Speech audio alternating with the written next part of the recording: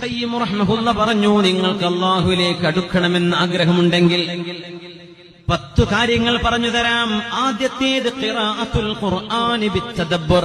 അല്ലാഹുവിന്റെ വചനങ്ങൾ അർത്ഥമറിഞ്ഞുകൊണ്ടൊന്ന് പഠിക്കാൻ സമയം കണ്ടെത്തണം. ഓതിയാൽ കൂലിയാണ്, അർത്ഥമറിയാതെ ഓതിയാലും അല്ലാഹു കൂലി തരും. രണ്ടാമത് പറഞ്ഞു, നിങ്ങൾ അല്ലാഹുവിന് വേണ്ടി സുന്നത്ത് നിസ്കാരങ്ങൾ ചെയ്യണേ.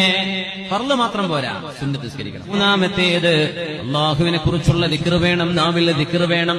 നാലാമത്തേത് അല്ലാഹുവിന്റെ സ്നേഹമാണ് നമ്മുടെ എല്ലാ സ്നേഹത്തെക്കാളും മുന്നിൽ വെക്കേണ്ടത്.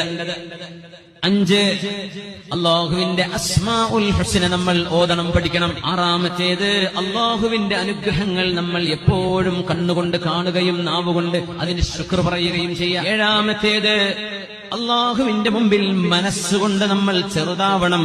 അല്ലാഹുവിന്റെ മുന്നിൽ ഞാൻ ഒന്നുമല്ല എന്ന് മനസ്സുകൊണ്ട് തോന്നണം. 8 ഒരിടത്തെങ്കിലും ഒറ്റക്ക് പോയിരുന്നിട്ട് ഒന്ന് കരയണം, അല്ലാഹുവിനെ ഓർത്തൊന്ന് കരയണം. 9ാമത്തേത്